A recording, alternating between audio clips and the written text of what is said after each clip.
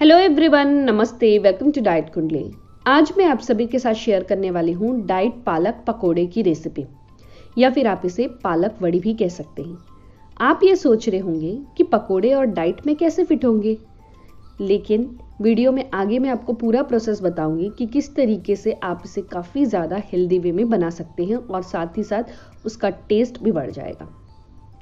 ये जो रेसिपी है ये आप अपने वेट लॉस डाइट प्लान में ब्रेकफास्ट के टाइम पे ऐड कर सकते हैं, या तो फिर आपको जब मिड मॉर्निंग के टाइम पे या फिर इवनिंग के टाइम पे 4 साढ़े 4 बजे भूख लगती है तो इस टाइम पे एज अ स्नैक्स के फॉर्म पे भी आप इसे ले सकते हैं।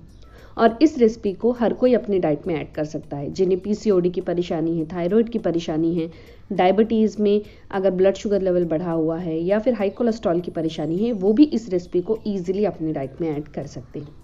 तो चलिए फिर वीडियो को शुरू करते हैं और देखते हैं कि इस रेसिपी को किस तरीके से बनाना है।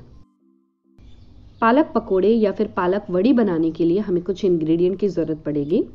सो यहाँ पर मैं ले रही हूँ एक बड़ा वाटी भरकर रफली चॉप किया हुआ पालक। इसे मैंने अच्छे से धो लिया था और इस तरीके से रफली चॉप कर लिया है। एक बंच पूरा पालक आपको लेना पड़ेगा।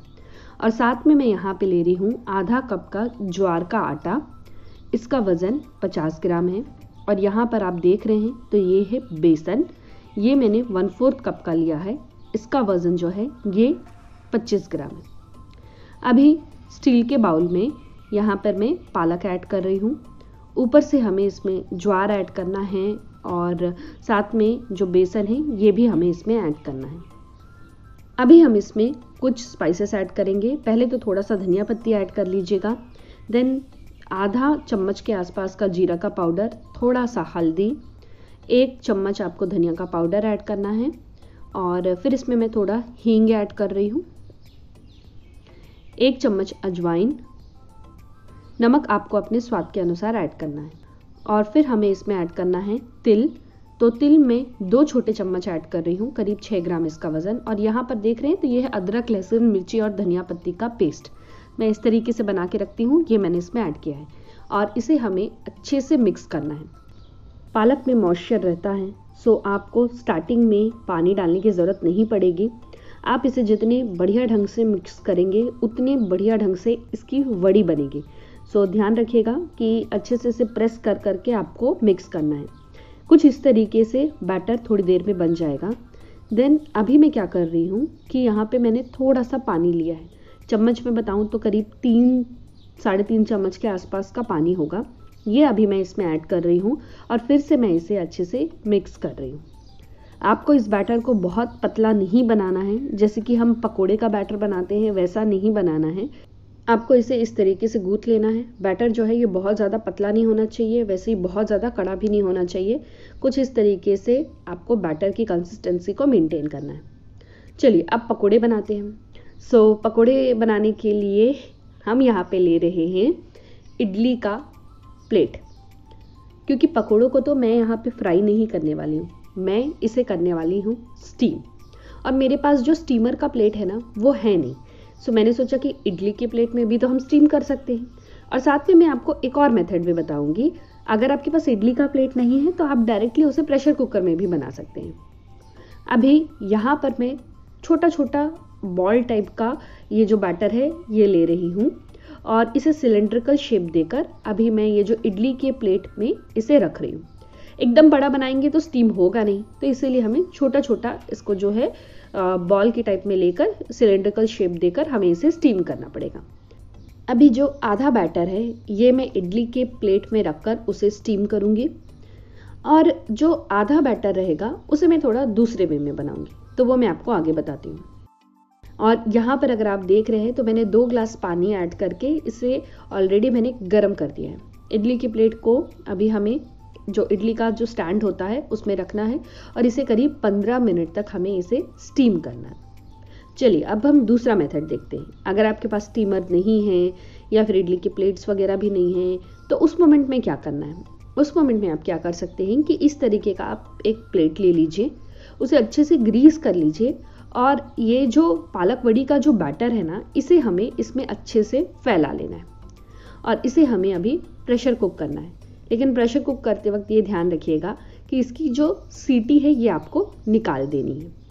और आप यहाँ पर देख रहे हैं तो यहाँ पे जो इडली के स्टैंड में रखा हुआ जो पालक वड़ी है ये भी स्टीम हो रहा है, और जो प्रेशर कुकर में रखा हुआ जो पालक वड़ी का बैटर है ये भी स्टीम हो रहा है। इसे हमें करीब 15 मिनट तक मीडियम फ्लेम में स्टीम करना है। 15 मिनट हो गए हैं, तो चलिए अभी हम चेक करते हैं कि ये बने कि नहीं बने। तो यहाँ पर मैं ले रही हूँ एक टूथपिक। इस टूथपिक को मैंने अभी पालक वड़ी में इंसर्ट किया है। अगर ये पूरा क्लीन आ रहा है तो इसका मतलब ये है कि पालक वड़ी जो है ये टोटली बन गए। पूरा ठंडा होने के बाद इसे हमें निकाल लेना है और इसे हमें इस तरीके से शेप्स में कट कर लेना है। आप चाहे तो इसे डायरेक्टली इसी तरीके से आप खा भी सकते हैं। बहुत ही हेल्दी है ये, टेस्टी भी है। अब हम देखते हैं कि जो हमने दूसरे प्लेट में यानी जो प्रेशर कुकर में बनाया था पालक वड़ी, ये कुक हुआ है कि नहीं। यहाँ पे देखेंगे तो ये भी प्रॉपरली कुक हो गया है। अभी मैंने साइड्स पूरा जो है ये चाकू से एक बार चला लिया है और अभी इसे प्लेट में उल्टा कर दिया है। ये अच्छे से ये जो पालक वड़ी है ये बाहर आ गए। अभी हमें इसे कट कर लेना है। ये जो बैटर से बने हुए पालक वड़ी हैं ये मैं फ्रिज में स्टोर करके रखूँगी। आप इस वड़ी को 2 दिन तक फ्रिज में स्टील के बॉक्स में रख के स्टोर करके भी रख सकते हैं। लेकिन हम तो पकोड़े बनाने वाले हैं, उसके लिए मैं यहाँ पे क्या कर रही हूँ कि 1 चम्मच का मैंने यहाँ पर तेल ऐड किया है पैन में। थोड़ा सा आपको राई ऐड करना है, थोड़ा सा तिल ऐड कर लीजिएगा। और ये जो पालक वड़ी जो मैंने इस तरीके से पीसेस में कट किए हैं इसे हमें इसमें ऐड करके 5 मिनट के लिए फ्राई करना है। ज़्यादा तेल आपको ऐड करके इसे डीप फ्राई करने की बिल्कुल भी ज़रूरत नहीं है। आप इसे थोड़े से तेल में भी डालकर अच्छे से इसे आप फ्राई कर सकते हैं।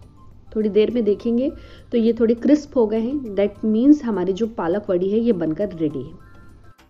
ये 2 लोगों की सर्विंग है।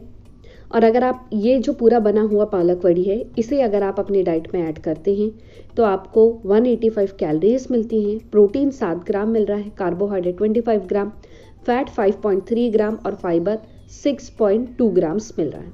काफ़ी हेल्दी है ये, टेस्टी भी है। इवनिंग के टाइम पे अगर आप चिप्स खा रहे हैं, बिस्किट्स खा रहे हैं या जंक फूड खा रहे हैं तो उसकी जगह पे फ्रेंड्स आप इसे ज़रूर ट्राई करिएगा। बहुत ही हेल्दी है ये और टेस्टी भी है ये रेसिपी, आपको बहुत ज़्यादा पसंद आएगा। इस रेसिपी का न्यूट्रिशन इन्फॉर्मेशन जानने के लिए मैंने डाइट कुंडली ऐप की मदद ली है। डाइट कुंडली ऐप के कैलकुलेट रेसिपी न्यूट्रिशन सेक्शन में जाकर हमें जिस रेसिपी का न्यूट्रिशन इन्फॉर्मेशन जानना है उसमें जो जो इंग्रेडिएंट का हमने इस्तेमाल किया, जितनी मात्रा में इस्तेमाल किया, वो इंसर्ट करके नीचे कैलकुलेट का बटन प्रेस करना है। जैसे आप उसे प्रेस करेंगे आपको उस रेसिपी का पूरा डिटेल में न्यूट्रिशन इन्फॉर्मेशन ईजिली पता चल जाएगा।